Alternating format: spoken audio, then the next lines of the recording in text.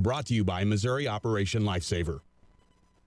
At KSMO Radio 1340, it's time for Intercounty Tuesday. Heather's here. Barely, but she's here. I'm here. Nice jacket. Thank you. It's a little chilly this morning. Yeah, a little cool out there this morning, Yeah. especially in down the valleys. Uh-huh. Down that low 50s today. And then, of course, the moisture from all the rain we've got over the weekend, kind of hovering out there and makes it kind of Right. cool. I'm fine with it. I enjoy fall. Oh, So good. Very good. I like your jacket, though. Did you bring one for me? I did not. Look, now I'm in trouble and I just got here. Well, I don't know if you can bring one for me. But that's okay. Very good. Good to have you here. Well, thank you.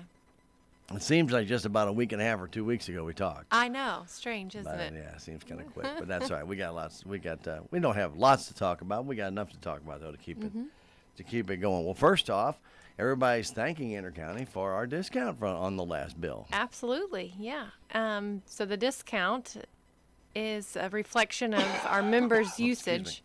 Originally, we were going to figure that on their usage based January through June, and we were able to do that January through July, so it did encompass an extra month.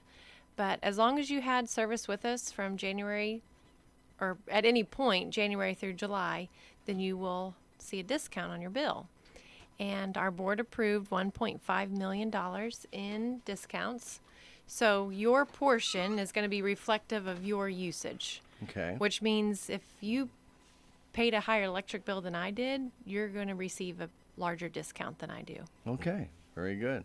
And, we know that some of the bills with the summertime, we had a little hotter summer this year. We did, and we had a really cold winter. Yeah. Really cold. And there were a lot of high bills. Well, it doesn't sound like you liked a cold winter. No. Really cold. Well, and that's a real burden for our members when it's that cold. They've got their heat source running, whatever it might be, and then a lot of people supplemented with electric space heaters. And we've talked about those plenty of times. They're huge energy users, and they're like fans on their own. You just watch the meter. Exactly. And, we had a lot of members who had to use those, Right. or their, even if they didn't, their heat source was running a lot more frequently. In some cases, it didn't seem like it was ever turning off. But those high bills in the winter, and then like you said, we pretty much went right into summer. There wasn't, there wasn't that pause in the spring where you could not have to use your heat or your air. Went from cold to hot, didn't it? And all that extra usage we did not budget for, and those bills that were paid brought in extra revenue. And Intercounty is a co-op, which means we're not for profit, and our members, that's their profit. So that's the discount. That's Very good.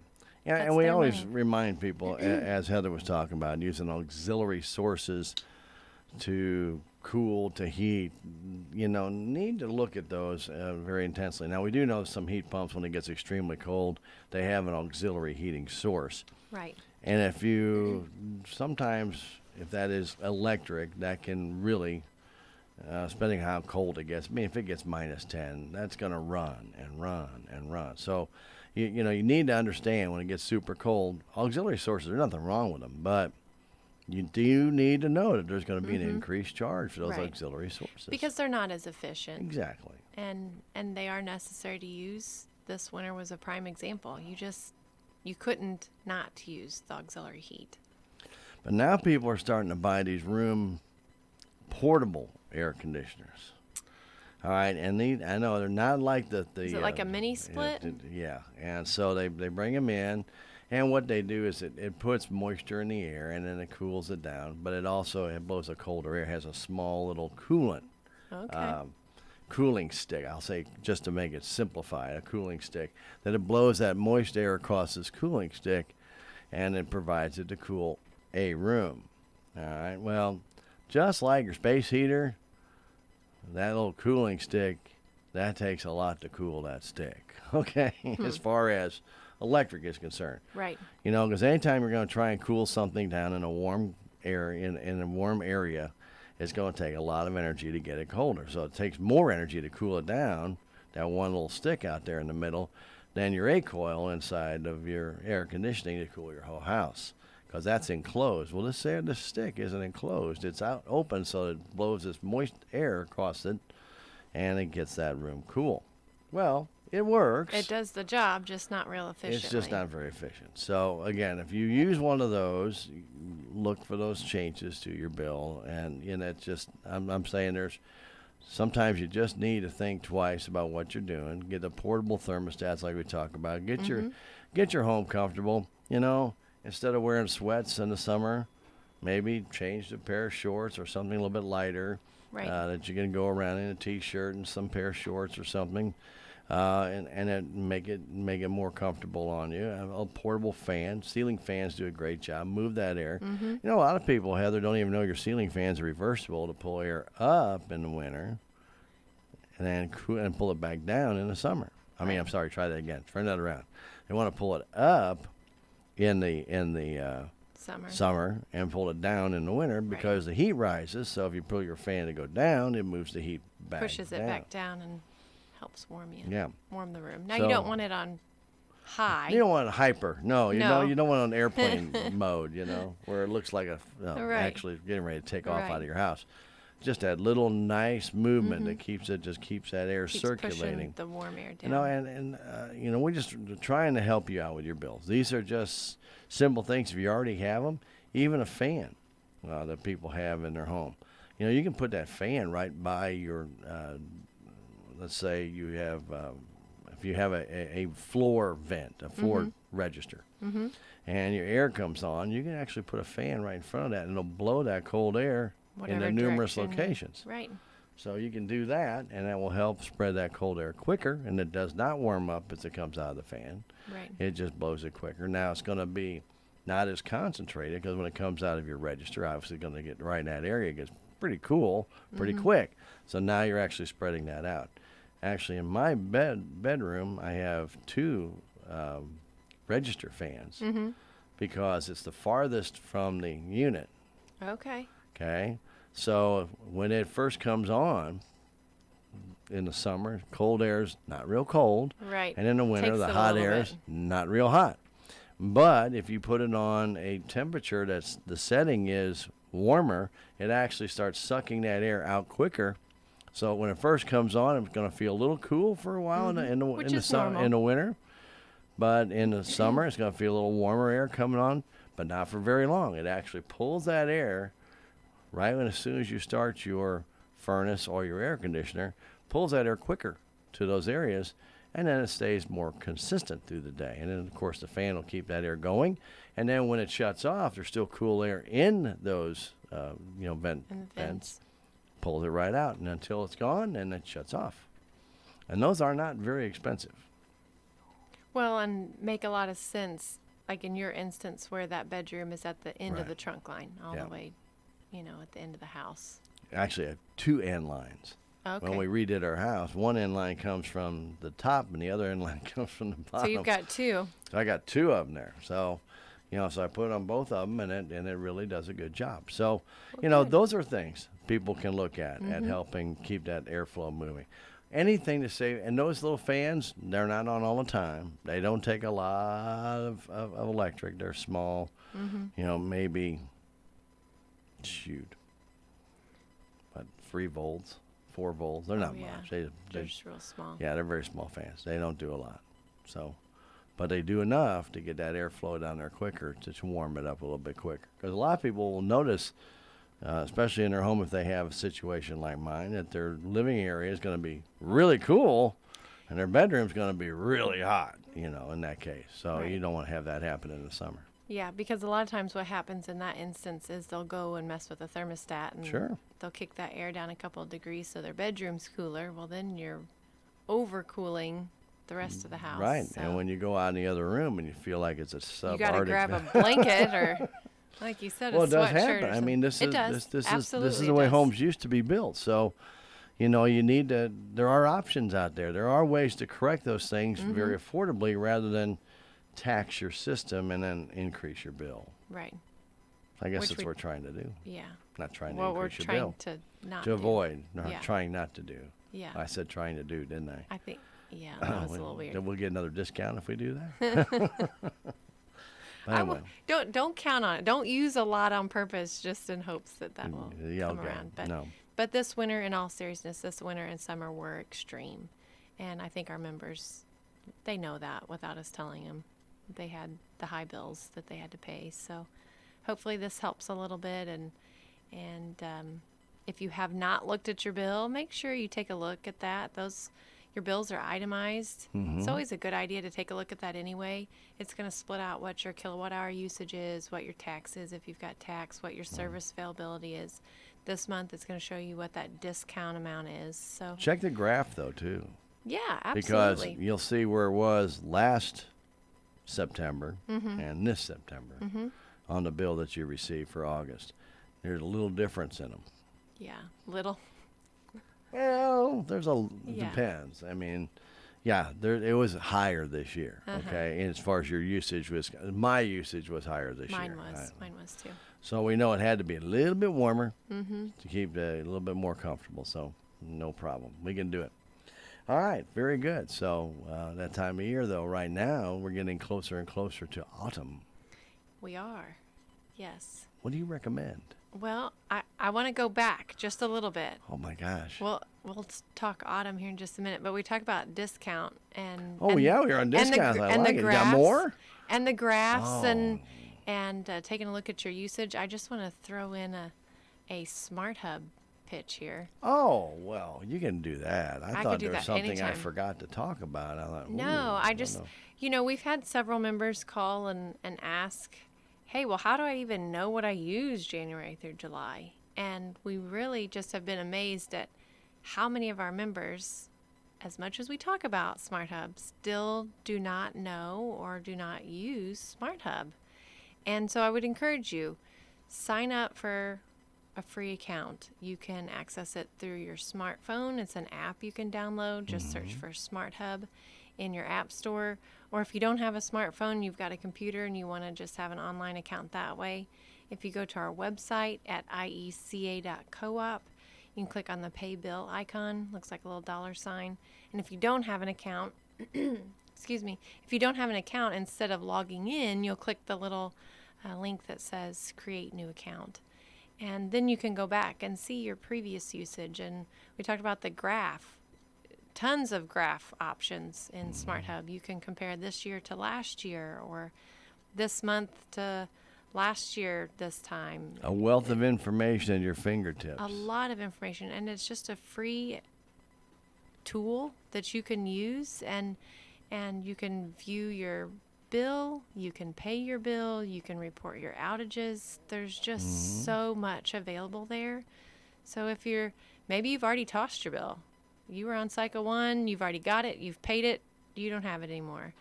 You can, you look like that, Stan. We've got a lot of people. No, I'm saying I won't know. Why would you toss your bill? A lot of people don't keep those. You always want to keep a record of your bill. Yeah. And Smart Hub makes that really easy because sure does. it's electronic and you can view all of those old bills and you can view old payment history. Did I pay that? Did I not pay it?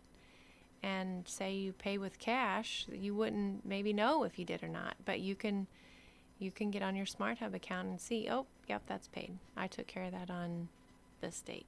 So many things on Smart Hub usage.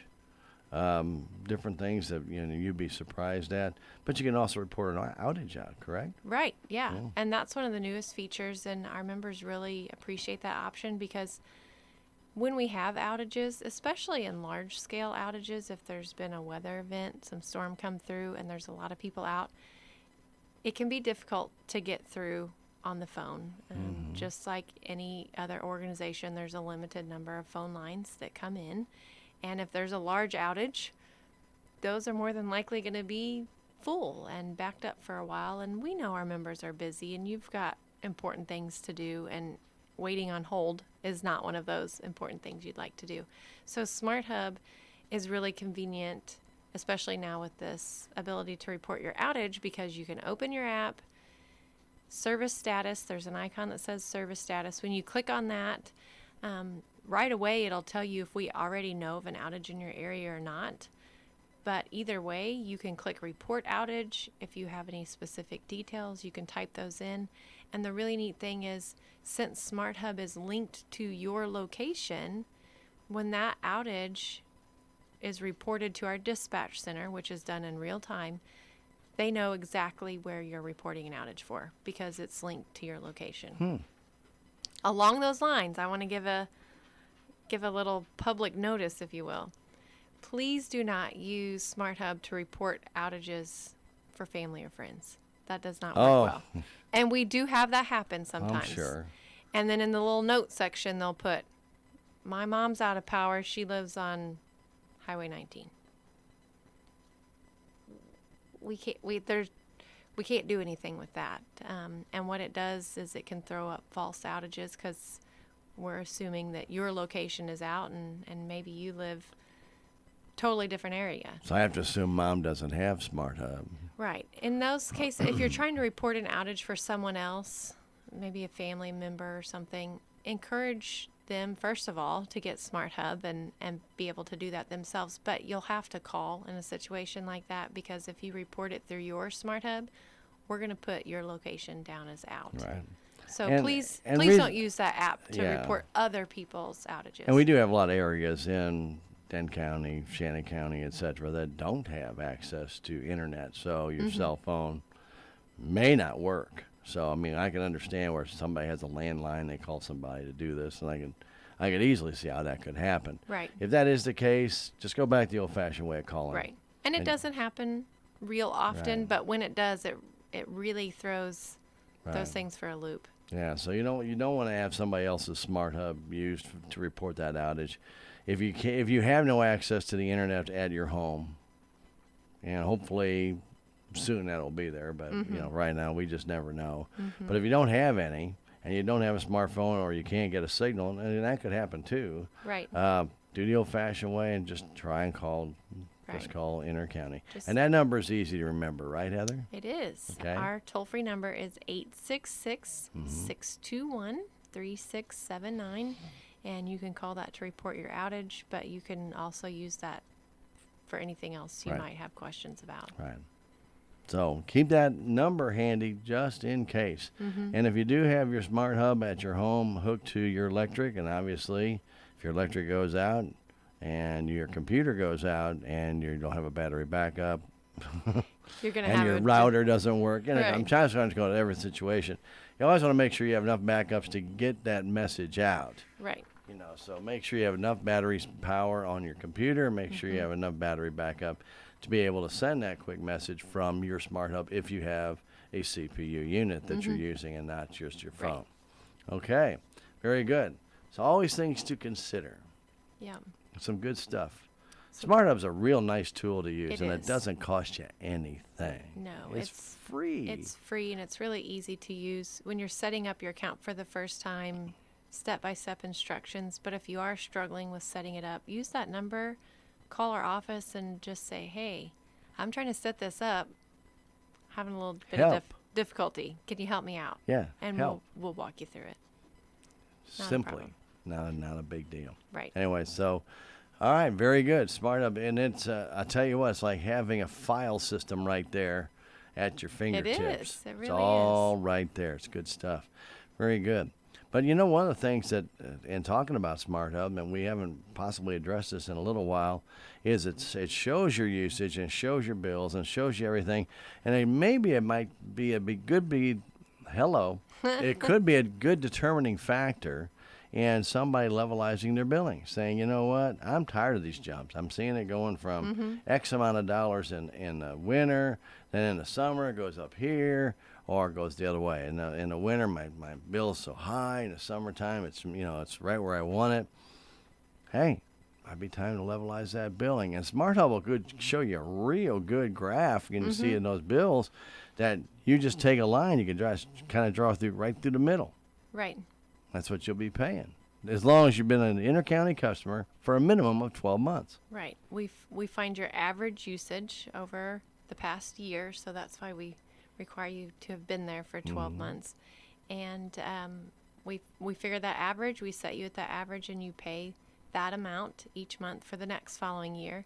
It's a really good budgeting tool. It does, like you said, it helps out with those highs and lows. for most people, their electric bills in the winter are higher, and summer bills are lower. But Unless you have gas You may have- or right. wood in the winter, and then in the summer, obviously, your air conditioning bill would probably be a little bit higher. right, but at any rate, whenever your bills are typically lower, those months you're going to pay a little bit more.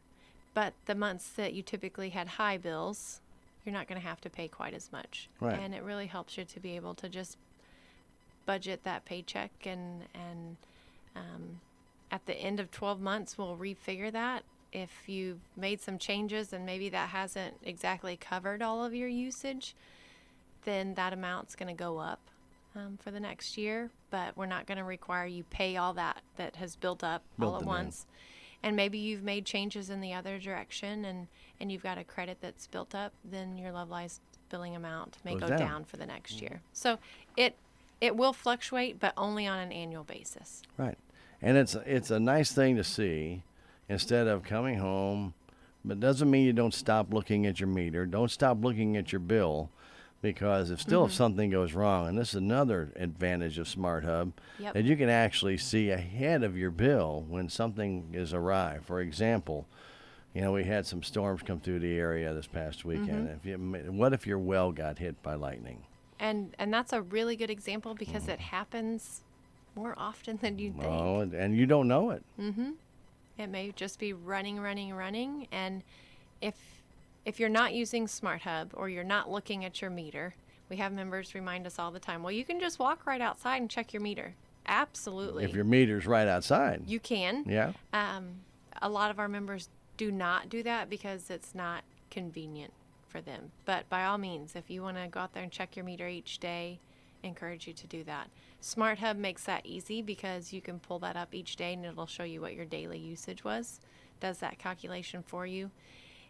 And you're going to notice when there's a problem because, like you said, the example with the well pump being hit by lightning and running all the time, you're going to Or see a hot that water heater with element with a that has shorted gone element. out. Yeah, that's another one that can really add up in a hurry. And if you're not looking at your usage at least every couple of days, you may not notice that till you get your next month's bill, and then you're going to think, why is this so high? It's going to take you a while to figure out what it is, and by then you've already had extra usage on your next month's bill. But if Could be you're, at 40 days, right? you very well could be. But if you're taking a look, like I said, I realize that maybe every day isn't practical for a lot of people. But if you're checking that Once a 2-3 week. times a week, even once Even a week, once a like you week. said, you're going to Minimum. catch that, and you're going to say, whoa, on this day, I started using way more than what I've normally been using. And then you can kind of start to look for what's the problem? What Right. happened that day? What am I doing different? Am I doing anything different? Weird things happen when weather goes crazy. They do, yeah. And there's a lot of times people's dishwashers get hit. They don't even know they got hit by lightning until they try and start them up, and they're not there.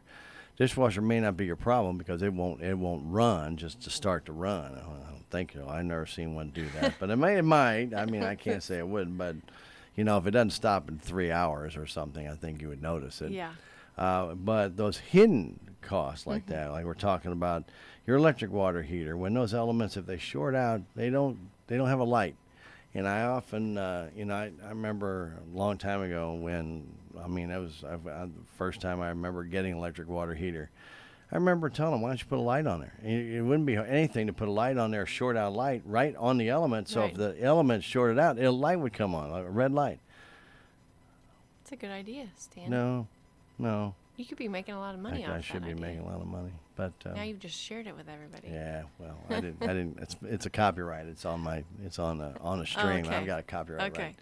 rules. But anyway, it would make sense. Some of the newer water heaters actually do have this. I think so. It's already there. If it shorts out, I think it has green on your element, and then it goes to yellow when it starts to get corroded. So it gives you warning. It's starting to go. It's not optimal. It's not giving you optimal electric. Right. And then all of a sudden, when it hits red, it's not giving gone. you anything. So be prepared for that. If you don't have a water heater that gives those, I can't tell you, but from where you live, the more calcium in your water, the faster it builds up, and those elements can go out. When they go out, especially if your upper element goes out, you may not notice it right away because the lower element's still going crazy. If your lower element goes out and the upper element's the only one on, you're not going to have hot water very long. Now, the other way around, though, it will stay hot a lot longer. Or warm, I shouldn't say hot, because it won't be very hot very long. Right. There's a little cold water that comes back in is cooling it down quickly. So, again, keep those things in mind. The well pumps, we've already known about that for years. A lot of times those get hit. People put I remember people used to put a spotlight down there to keep them from freezing in the winter. A spotlight. I think, guys, you know how hot that is? To keep it warm. A lot of times they'll put little space heaters down there. Yeah, they do. But I mean, a spotlight. That's a little overkill, but yeah, with a spotlight on there, that's like 78 to 80 degrees in the winter. That's really warm. Really warm. Well, it's not going to freeze. No, it's not. Guarantee you that. But you're right. Little space heaters. Also, some people just used to put a light bulb down there because it does give off a little bit of warmth. Right. With today's LEDs and stuff, that's not practical anymore. No, it's not. It's not going to work. They don't put off the heat like the old incandescents. Right. So you had to figure out something else. But at the same time, those old spotlights used to really ring up the old electric bill. Oh yeah. 1,000-watt spotlight. 1,000 watts is 1,000 watts. And if you're leaving it on, that's just like running a space heater. Exactly. A small space heater. And it's bright. Really, and it's just concentrated in one area. I'm telling you. Go stay in a spotlight for a while, feel the heat of that thing coming on you. It really is hot. So it's warm. Anyway, however you do it, that's your choice. But just remember, there are ways that you can actually monitor that very well with Smart Hub. Or if you want to use your own walkability to get out to your meter and check that out, you're going to have to write all those down. Right. And then every day you're going to have to go back and compare them. So I highly recommend Smart Hub because you get just an instant view. You've been using X amount for the last 55 days, and all of a sudden it jumps up and doubles. Right. Got to be a reason. And if you haven't invited 50 people to your home, there probably is something going wrong. Right. And you want to catch those sooner rather than later because that's money gone when the longer those problems exist and are not addressed. I wanted to address something. I don't know if we've ever addressed this for this time of year. Okay. Obviously, we're in September. We're closing in on Halloween and different things of that nature. More and more people are doing decorations for Halloween, and more people are getting these inflatable blow up, I'll say cartoons or horror things or scenes or whatever. And those are fans that are going all the time. As long as they're plugged in and turned on. Right. And they have lights with them, et cetera, et cetera. We normally thought about this usually at Christmas time and maybe start talking about this at Thanksgiving. I'm talking about it now because I see more and more inflatables, and not one in a yard, but as many as 8 in a yard. Right. That's a really good point, and you're absolutely right because there are more people decorating in large scale for Halloween. So just be aware that anytime you plug something else in, it's going to add to your usage. And if you have any questions on wondering how much something is going to add to your bill, give us a call. We can help you walk through the math on that. But nitty-gritty of that is if your box or if that decoration or whatever it might be gives you the wattage, you can multiply that by the number of hours you expect to run it a day, and then over the course of a month you can multiply that then by 30. Divide that number by 1,000 to get the number of kilowatt hours from the wattage, and that's going to give you how many kWh, how many kilowatt hours that is going to use. And then you can multiply that by Intercounty's rate to figure out a dollar amount. And that's helpful. It's a good way to put it in perspective.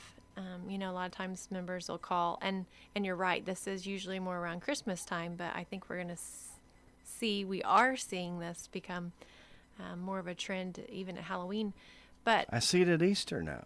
Yeah. Yeah. Each holiday. That's absolutely right. And we'll probably see some decorations get swapped out And at Thanksgiving, sure. and then new Absolutely. ones put right in at Christmas. But to figure out what that's going to cost you per hour that it's on just helps you do math really quickly and say, okay, if I'm running this 3 hours a day over the course of a month, this is what I'm looking at adding to my electric bill.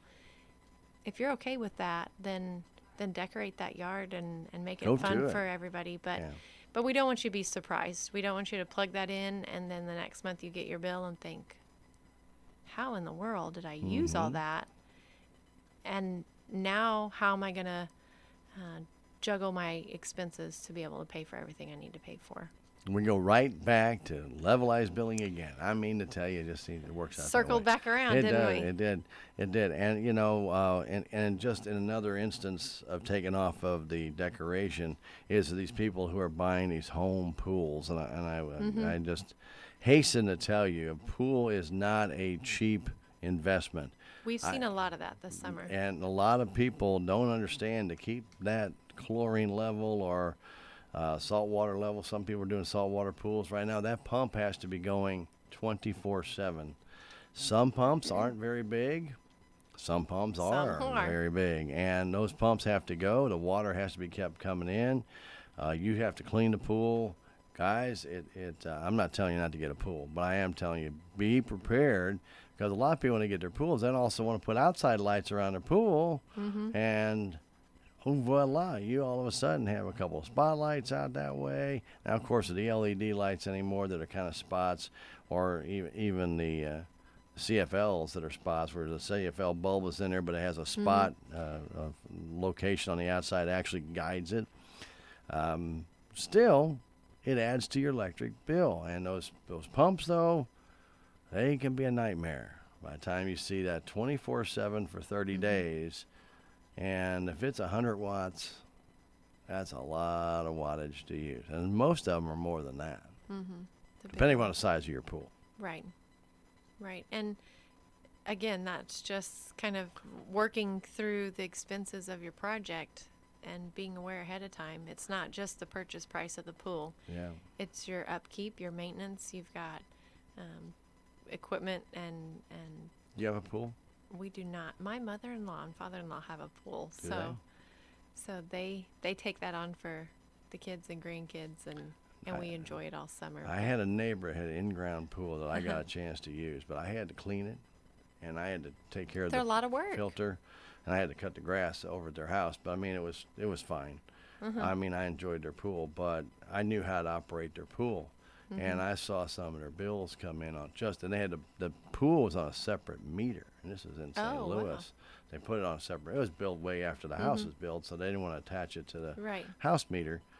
Oh, Lord Almighty! 1 year was over $1,000. Oh, I mean, wow. 1 year, 1 month, it was over $1,000 just to run the pool. Well, of course, it was Wow. not a small in-ground pool either, Right. but that pump was going and going and going and going, and and even when you don't have enough water, sometimes the water gets too low, and nobody's looking at the pool. Well, the pump still goes, even though there's no water. But that pump can burn up. The water keeps it Then cool. you're out the cost of a new pump. It did happen one time. I remember they had to change out the pump, and I thought, oh, Lord Almighty. But that thing was going because there wasn't enough water in the pool to get into the circulating system, so It just sat there burned up. and just burned up. And so, anyway, that was a long time ago, and I know they have different ways of doing that now with the pumps. If there's not any water coming through, it shuts it off after it gets a certain temperature. But still, a lot of people do need to be aware before you make that investment in your pool. And I don't care if you think you're getting a great deal on a pool. Say somebody offers it to you $500, it's going to be a lot more than $500. Right. Okay. And again, not it discouraging you from going that route. Just be prepared. Get the pool, get the yard decorations, do what you want to do. Just be aware that there is additional cost beyond the initial purchase price. And again, just give us a call and say, hey, I'm looking to buy this pool. Maybe they're going to be marked down this time of year as we're coming into Right. fall. Just let us know, hey, this is what it is. This is how many, what the pump says it is. Can you help me figure out how much that'll cost to run? Well, we can give you some pretty close numbers. And, then you can weigh your options and say, yeah, I think we can manage that. Or, oh, wow, I'm glad I checked first because. And it's not just, the electric cost. You've got your chemicals that you have to put in there. And even if it's a saltwater pool, you still got chemicals you still got to use. Keep your pH in line. So, guys, I mean, we're not trying to dissuade you from doing it, but be prepared to know that there's more costs involved than just buying the pool. That's or buying your decoration. Yeah, it's out there and it's going. If somebody puts a hole in your decoration, it doesn't work very well when it's a, air-filled unit, and all of a sudden the air goes out and it just doesn't look very good. But, or if you have a bunch of kids and they like to play on them, a lot of kids do that. A lot of people anymore, they're starting to buy bounce houses that are air-filled, and those things go. And they those pumps cost a good amount. If you have anything that's going to be running air, pushing air. If you're plugging it in. If you're plugging it in, it's going to add to your cost. So it's a bounce house, ice rink. If you decide you want to put one in, I don't know. A lot of people do that. But, anything like that, just kind of keep in mind, like Heather's saying, call them and find out. Say, before I buy this, let's see what that's going to cost me to use. Right. And you might just be, and maybe that's not a big deal. But the last thing you want to do is buy something and then realize when it says, you're using 10,000 watts of electric, and you're not, well, yeah, I mean, I don't know what it would be, but, a portable, maybe somebody's going to put a freezer unit in their home that can use 10,000 watts of electric, depending on how cold you want it to get. And a lot of people around here do hunting, and they do have separate freezer units. Those can be very expensive, especially if they're not properly insulated. If you get them out to where they are exposed to, any kind of heat that can get into them. You open a door on a minus 30 unit, every second you open it up, it loses a degree. Yeah. We had... And that can take a lot to put it back down to minus 30 if you get up to minus 10. We had a member buy a soda machine, a vending soda machine. I'm assuming it's some sort of auction sale maybe. But they got that, plugged it in their garage, thought it was kind of neat. Sure, put a quarter in, get a soda, right?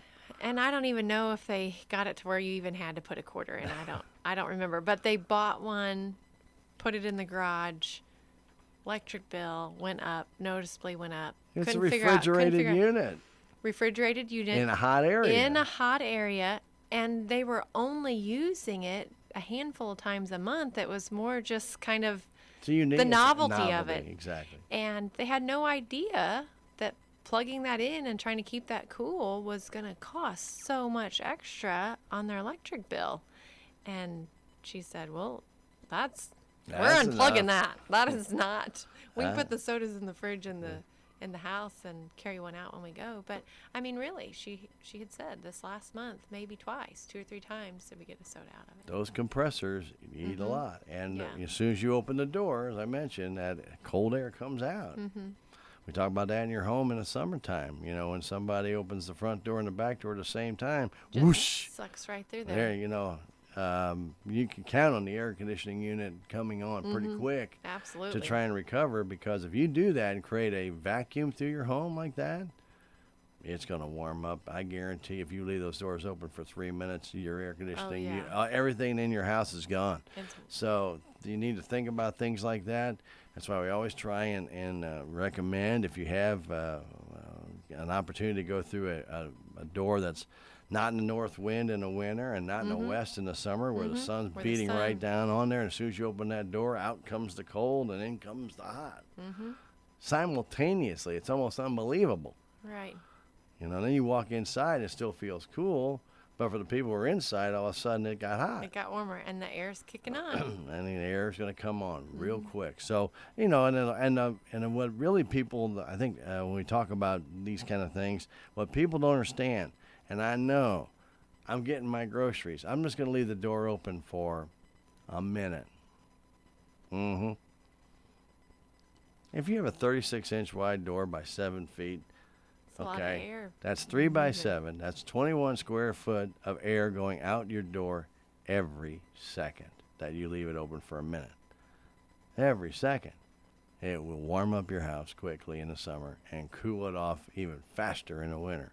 So close the door, grab your groceries, leave a hand open the door, bring your groceries in, close the door, go back out, go get more groceries.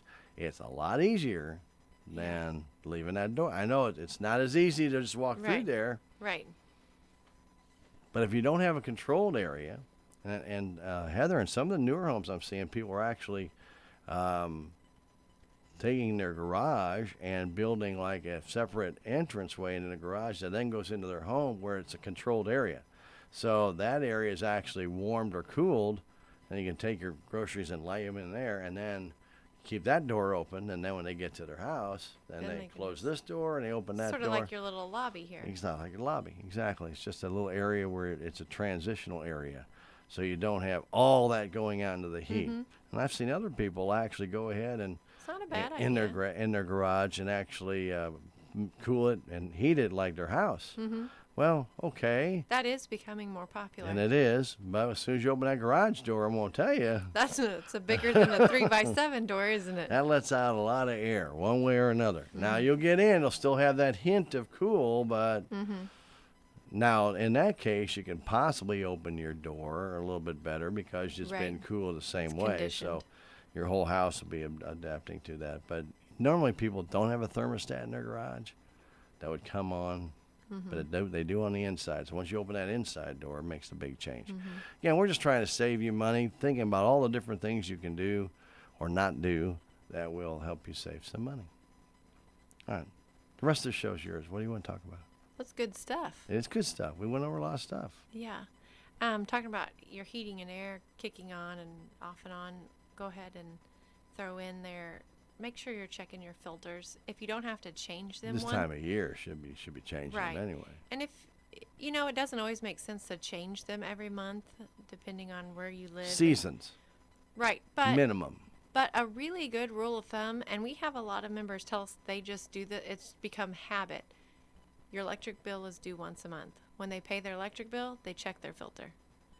It's not always getting changed, but it's being checked every month, and when it is ready to be changed, then they've caught it when it needs to be changed, rather than, oh my goodness, we've had this same filter in here for 2 years, and look at it. Well, you don't want to look at a filter after 2 years. No.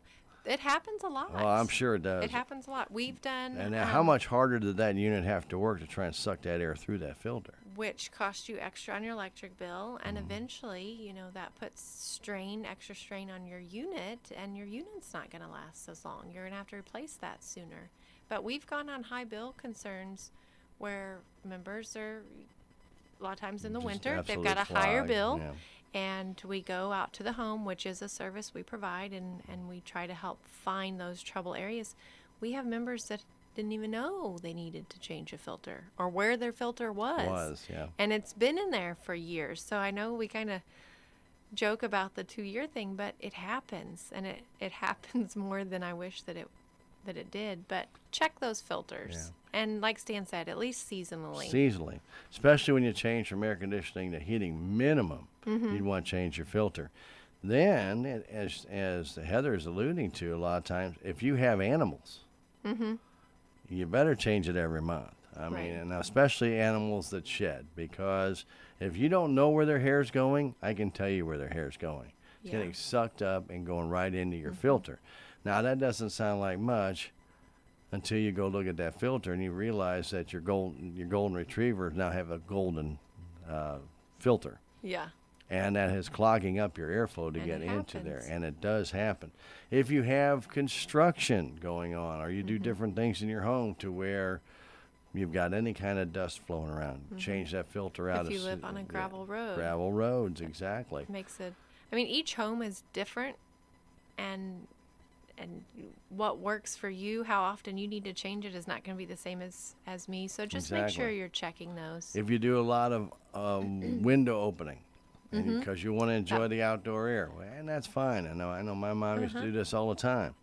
One of the detriments about that is that the pollens and everything in there come in and they get into your filter, and they'll clog up your filter over a period of time. Now, it's not going to happen one day or 2 days, but if you have all those allergens that come into your home, especially if you have somebody who does have an issue with allergies, yeah, they're going to being sucked through that filter out to your air conditioner or heater until you change that filter out. So that's not a good thing if you have somebody that suffers from those. So there's a lot of different things that filters do that are great, because if you didn't have those filters and that air was going right into your units, it'd be clogging them up. It would. And it'd be getting into your ductwork. And ductwork gets enough dust as it is anyway, over time, which is another key thing. We talk about the ductwork, and a lot of times ductwork gets hit if you have crawl spaces. Little critters tend to go in there in the winter, and it's nice and warm, and they like to get on top or underneath. And sometimes they happen to jar a little bit loose. And then they've just got a nice little They got a warm home nest. under there. You betcha. And then the bad part is that's not going to the rooms it's supposed to be going to. It's going to their room, which is probably under your home. Right. You They're know. inviting all their friends. So if you have a room that just feels super cold all of a sudden, it shouldn't. Maybe a back bedroom that you didn't shut off the vents and it's getting cold all the time. Maybe you have a dislodged vent pipe. So Right. you can have somebody check that out. Always try and get that done.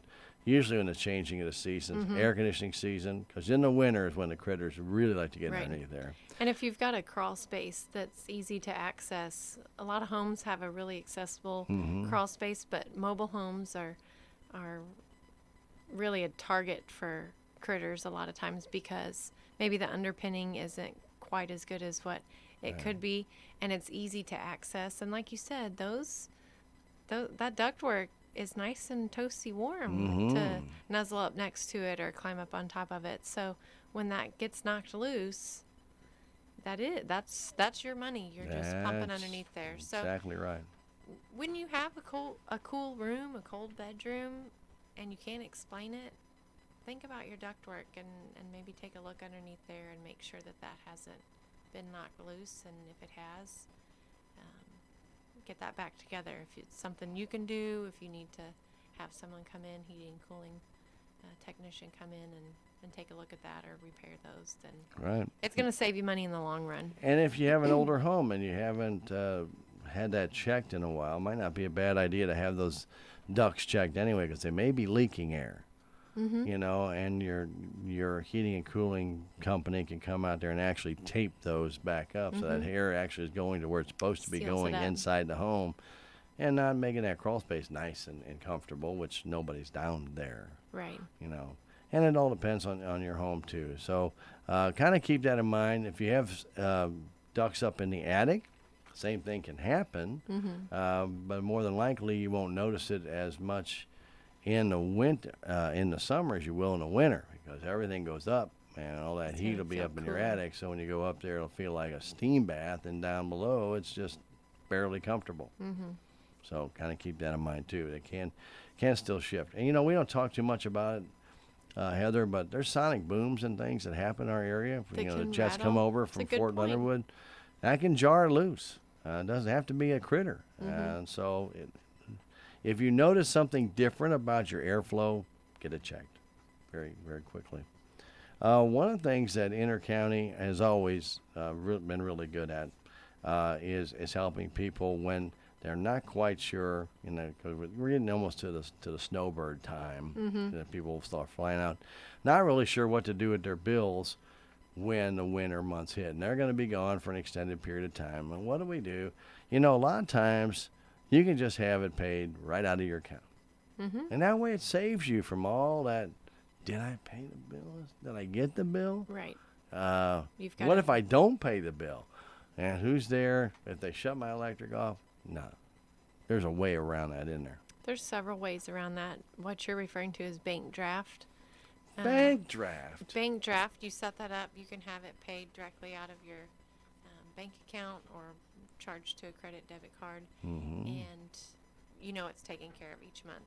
But I'm going to circle back around to Smart Hub. Because you just like even that Smart Hub, I do don't you, like man? Smart I'm Hub. telling you But what. if you are a snowbird, That's like your hub, isn't it? It is. Look at that.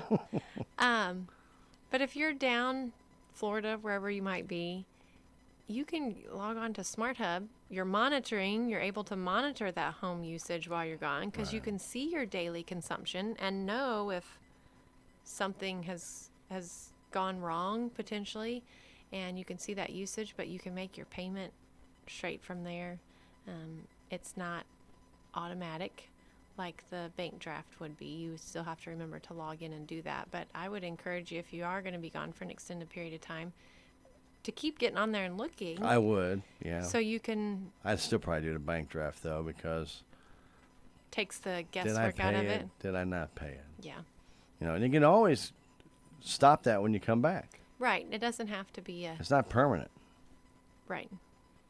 So if you want to do that, if you're a snowbird and you want to head out in October or right after Thanksgiving and you're gone for 4 months and come back at the beginning of April or somewhere in the middle of March, and you want to make sure that electric is still on, that heat is still on, that the house is still there. First off, Smart Hub's a great way to monitor, to make sure somebody's not in there Right. and in your home using it, Right. especially if you didn't authorize that. Right. And you're going to be able to catch that by checking that usage. And then you can also, just have that paid, and then that way when you come back, just call them back up at Intercounty and say, okay, we're back, and we'll pay our bill the old-fashioned way, whichever the old-fashioned way is. Whatever way they want to. Yeah.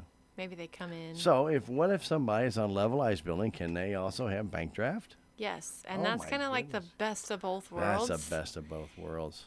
And Smart Hub. Holy cow. If you had it all. I do want to warn you, if you have bank draft and levelized billing, please do not just become complacent to your usage. It's easy to do. It's the same amount every month. It's directly taken from your account. It's easy to forget to pay attention to what you're actually using. And all these things that we talk about that can add extra usage.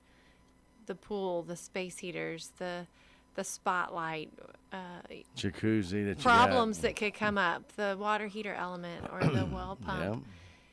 Just make sure that when you're using some of these services that sort of automate things, levelized billing, bank draft together especially, it's easy to just, it's taken care of. And again, just look at your bill and your usage and make sure it's on track, what you think it should be. Some people have house sitters that they actually have go to their house and maybe every weekend or every other weekend or Right. whatever, just to make sure everything is in good shape. That's a good idea to have if you can trust somebody to do that with your home. But also know that if you're monitoring that, then there's probably going to be additional usage when they do that. Now, if you see it go up 25 times its normal rate, they're having a party. Yeah. A big party. They're not just checking in on things. Well, they're checking in on things, but they're Yeah, making sure they everything are. works. Everything. Everything works. Fireplaces, everything. But all these different tools that Intercounty has is to make it easier on you. That's what we're really trying to get out today. You've got Smart Hub that makes it easy. You've got levelized billing that makes it easy. Bank draft that makes it easy. Really, if you have any questions about getting your bill paid, and if you forget altogether and just say, I forgot to pay my bill, you can call and use your credit card. As long as you do it by midnight, the day before it's due, you're not going to get hit with a little extra charge. Right. And we want to avoid. $11.59. Make sure. It's like you're speaking from experience. I have actually, not on Intercounty. I will say I didn't do it on Intercounty, but I did do it on a bill pay. I didn't get the bill, and I went online. I saw that the bill should have, it should be here. And it's due, and then you forget. I then didn't remember getting it. Right. So I went back online, and it was due that day. Yeah. And I'm thinking, I've got to do this now. So I just went and made an online payment, but Right. I never got the bill. Now, that happens. It And does. that may happen to you with Intercounty. You don't get the bill. That doesn't mean you don't pay your bill. You still got to pay your bill. So if you don't get your bill from Intercounty that month, doesn't relieve you of your obligation to pay for your electric usage. You do need to call. If you normally get it by the 10th of the month, if you don't get it by the 20th, you should be calling. Right. And it may be that there's It's issue with lost your in the mail. address. It may just be lost in the mail. There's It any number of happens. things that could happen. Got put in the wrong mailbox. My city electric bill didn't show up. How hard is that? That's 4 blocks away, you Yeah. know? Didn't get here. Yeah. They put it in the mail, never got here. And I'm sitting there going, where's, and I kept waiting and waiting, and I got to the, I know it's due on the 20th, and I thought, it's the 15th. Still hadn't I went down there and had to have them print me off a bill so I could pay it. But I'm not gonna. If it's not here by the 15th, more than likely, it's supposed to be here around the first couple days of the month. Right. Probably not going to show up. So always keep that in mind. You're not relieved your obligation to pay that bill. So if Smart Hub again, we're doing a lot of circling back today, aren't we? It's just a great way to know when that bill's due. And if you haven't received that bill, you can pay it right there on Smart Hub. Right. You can always call this number to pay it by credit card. That's a different number than the other number Heather gave you. It is, and I do want to point out that even if you don't remember this number, or maybe you only have our toll-free number stored, we can transfer you if you call to this number. But the toll-free automated number to make payments is 888-678-1987, and that's our toll-free automated secure line to make payments. And that's no that's humans involved. 24/7. You enter your payment information. Yeah. And No humans. nope. So Oh, you can't use that one to call and ask us about getting somebody out on a high bill concern. Well, you can can't, call and ask, but there's not going to be an answer. They're not going to talk to you. Yeah. Kinda- Yeah. But no, you don't want to try to call that number to report outages or try to get a live person. And the only other thing that I've got to talk about today, and I don't know if you were going to talk about this or not, because we really haven't maybe addressed anything or everything you want to talk about, is GeneraLink. This is the time to get it done before Right. the season kicks into high gear where we're going to possibly have ice storms and things of that nature. It's September. The temperatures are in the 80s. It's mild. Who's thinking about those bad days that could be lying ahead that where you might want to use your backup generator? Right. And the October Rural Missouri, we're a few weeks out from receiving that, but there'll be a full page article about GeneraLink next month. Look at you. You're like I'm telling fortune you what, teller. I'm a soothsayer. Yeah. But But maybe I wrote the article. maybe so. I doubt it. But yeah, great topic to talk about. GeneraLink. Now is the time when we hit December, January, and there's storms in the forecast, and you go buy a generator, or maybe you've already got the generator and it's just been sitting there. When you call and say, "Hey, there's a storm forecasted for tonight. I need somebody out here today to hook this up." No problem. It's not going to happen. We'd love for it to happen, but unfortunately, that doesn't happen so No. quickly. And yeah, so call us now. If you have a generator and you do not have GeneraLink or a double throw switch, maybe you've got a larger generator Depends on the size. and it needs a transfer switch or a double throw switch. If you don't have a safety device, whatever the size of your generator is, please call us. That it protects you, it protects your appliances in your home, but it protects our guys out on the line, and it's necessary today. It just really is. And now is the time. So call us and say, "Hey, I've got a generator. Hope I don't have to use it this winter. Mm-hmm. But could somebody come out and figure out what I need?" And we can check to see if you need the transfer switch or if you need just the GeneraLink. Right. Depending on device. the size of your generator. Right. We'll come out. We'll check that all out. We'll see what type of plug you've got and what we need for you at the pole if you're going to have the GeneraLink. And let's explain what the GeneraLink does. And what it does when the electric goes off from Intercounty and you use your generator and you plug it into the GeneraLink, it operates like the electric. It comes into your home or it goes, Right. And now if you have, and then when the electric comes back on, it actually It's got a changes safety it back switch. to the Intercounty, so then you can shut your generator off. Now, it does not shut your generator off, and so it just keeps going, but it's not using that electric anymore. If you don't do that, and you say a lot of people, and I have seen this, Heather, and this is just about as dangerous as it gets, they get their generator and they start it up and they go plug it into an outlet Yeah. and try and backfeed the entire home through an outlet with their generator, Which they can do. which you can do. Very dangerously you can do, because when the electric comes back on Intercounty, There's no safety switch.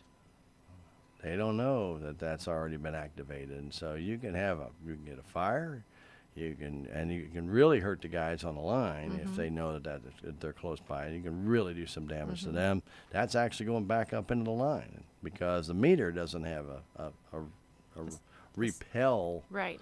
the electric switch when it changes over Generalink. So, again, guys, this is a safety feature not only for you, but for the people for Intercounty who might be on that line changing out those lines. Right.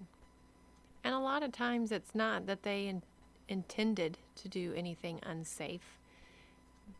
Just don't know. You go and buy a generator. It's like the pool. I bought a pool. Mm-hmm. I bought a generator. Hope I don't have to use it. I'm going to stick it in my garage until I need to. You know, a lot of people use generators to go and do, wood splitting with electric wood splitters, things of that nature, which is great. Or they do something far away from home where you don't have electric, and that's great. That's fantastic. Right. Glad you bought the generator. But not for your home, because your home is hooked into a line. And when that line gets reactivated and they put it back on the system, you've got too much going in there and bad things. I don't know a lot of good things that can happen out of it, but a lot of bad things can happen out of it. So anyway, please don't do that. And especially if you have a larger generator, that could really be dangerous. And that double throw switch is really a nice thing. It's a transfer switch, but what it does, it takes the amount of electricity that's coming in from Intercounty. If there's not enough and you've got a generator on there, it'll kick to your generator. If there is enough, it kicks it back to Intercounty. It automatically goes from one source to the other, and that's why it's called a transfer switch. That's right. Have one out our building. Sure. I figured you did. And it waits until it actually has to hit an acceptable level of electricity before it leaving switch. So even if your generator may not be putting out enough to power it may not be putting out enough to power safely your load, it wouldn't go on. That transfer switch won't do it. It'll just keep it right where it is until there's enough, and then it'll click over once it hits it. But if you add something to it to where it's too strong and it drops below safety levels, it shuts back off. Right. So again, there's a lot of good things in these things. They're very protective. They're very safety oriented. So please think about them. If you don't have them at your home, get them at your home. Now it's a great time. The weather's good. Right. Call ahead. Say, hey, before October, could you get me this transfer? Can we get a transfer switch in, or can I get that Generalink put in? You're giving them 20 days to get it done. Yeah. And it may be that we could get it done this month. But Sure, you might be able to get it done tomorrow. But it's Who kind of knows? like the tree trimming calls that come in the afternoon done tomorrow. that the storm is coming in. There's a lot of panicking that happens when there's weather being forecasted that could cause outages, especially extended outages. And that's a lot of times when people scramble. Oh, I should have got those trees trimmed. I should have got somebody out here to install a Generalink device. Please plan ahead and let us know about those concerns, those needs ahead of time. Why don't you panic right now? So we can have it done. Panic right now. So you that you don't don't have have to it later. done. Panic because you may need it. And if you do need it, You're and you good. don't have it done, shame on you. Yeah. Give us a call. It's that simple. Give them a call. Or you can actually do what? You can go to Smart Hub. You can go to Smart Hub. You can send us a message through there, and we get that too. Yeah, or stop by one of our Can't offices. resist. We've got an office in Rolla, Licking, and Mountain Grove. So if you're in one of those areas, you can always swing by and visit with us, and we can take care of some of those needs while you're there in There the you office. go. Fantastic. I don't have another thing to talk about. Next month, just kind of a sneak peek, if you will. Next month is October, and that's Really? Co-op Next month is October? I know. How'd that happen? I don't know. But October is co-op month. We'll be having Member Appreciation Day, so we will talk heavy on What that. day? Well, The 15th. It'll be after our. it'll be, Let's look at the calendar. I don't know, we're on the No. 9th. We'll be here the 9th. Yeah. So we're good. We can talk about it next time. A lot of times it's happened after the fact, and we get to talk Yeah. about what happened at your customer appreciation. I don't like to do that. It'll be the 15th. So we'll Okay. talk about it and remind everybody and Free encourage everybody to food. come join us for lunch. Free food, Yeah. free camaraderie, all kinds of That's neat good stuff. stuff. Yeah. Customer appreciation. Member appreciation. Yeah, same idea. Yeah, but it's very different. It is very different, but it's the same idea. Members get discounts, Stan.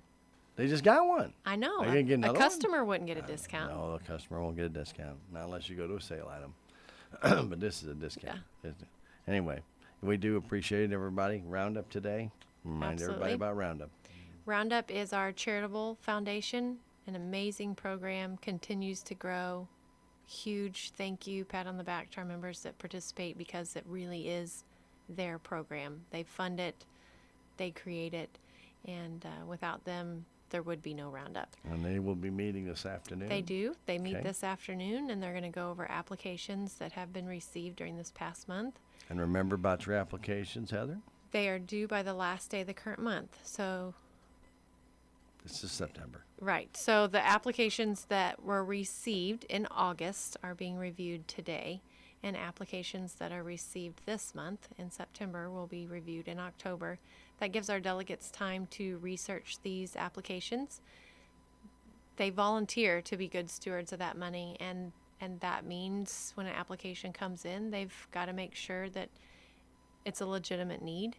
And unfortunately, as you might imagine, there are times when requests come in that maybe are Can't be funded.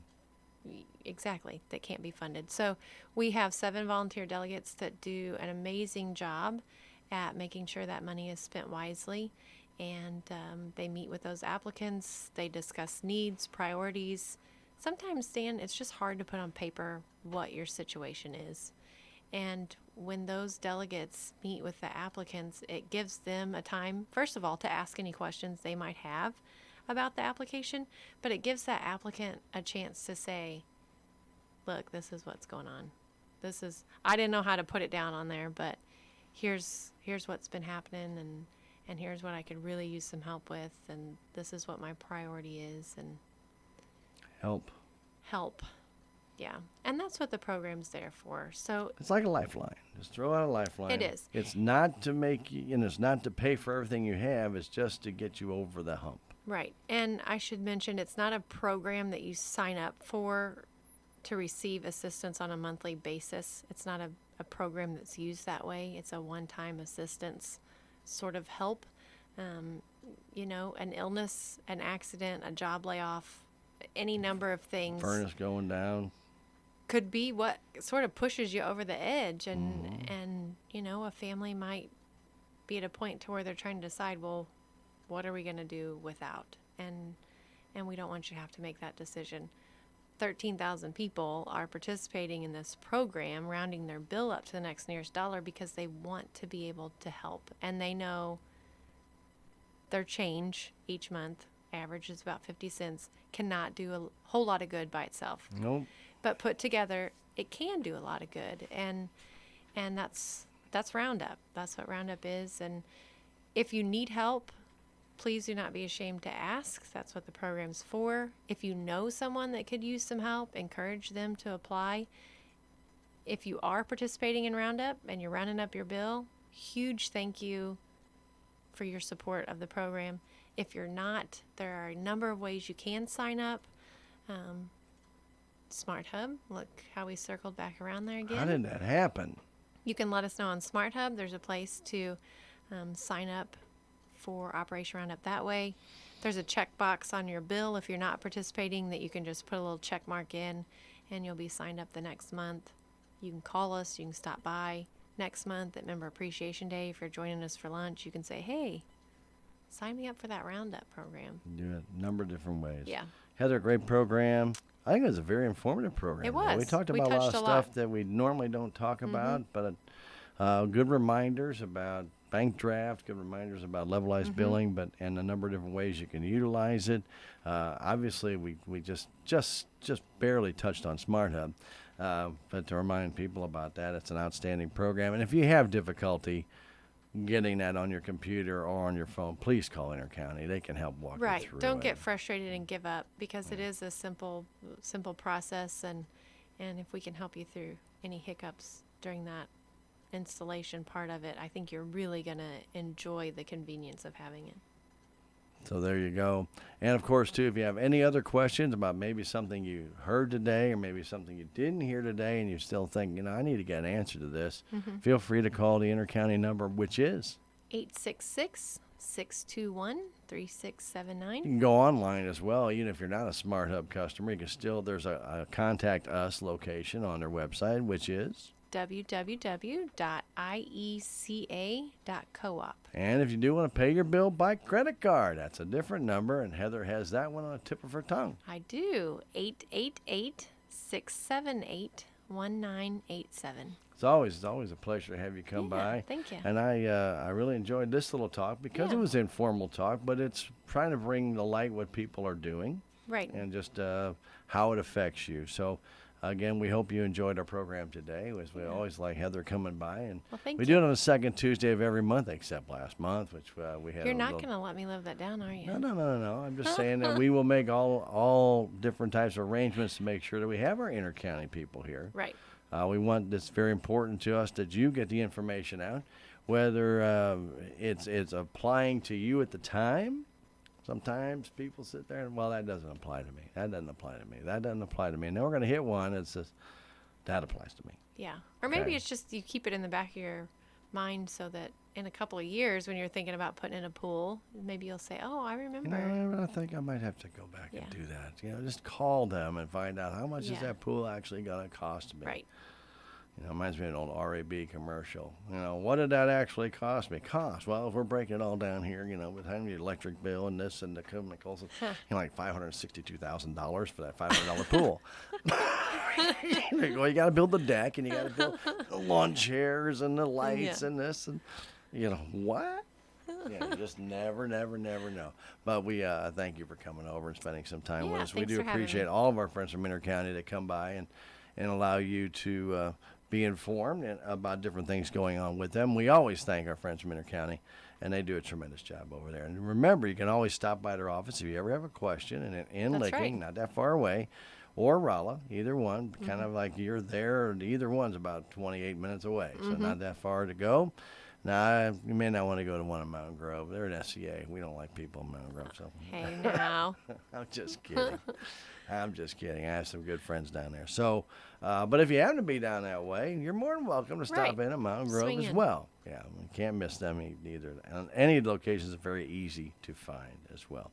All right, Heather, as always, thank you for coming in, spending time with us. thank you. Have a safe drive back. And right here at KS Radio, our Bass Pro Outdoor program is next on KS 1340 right after this. Did you know that almost 60% of women in Dent County have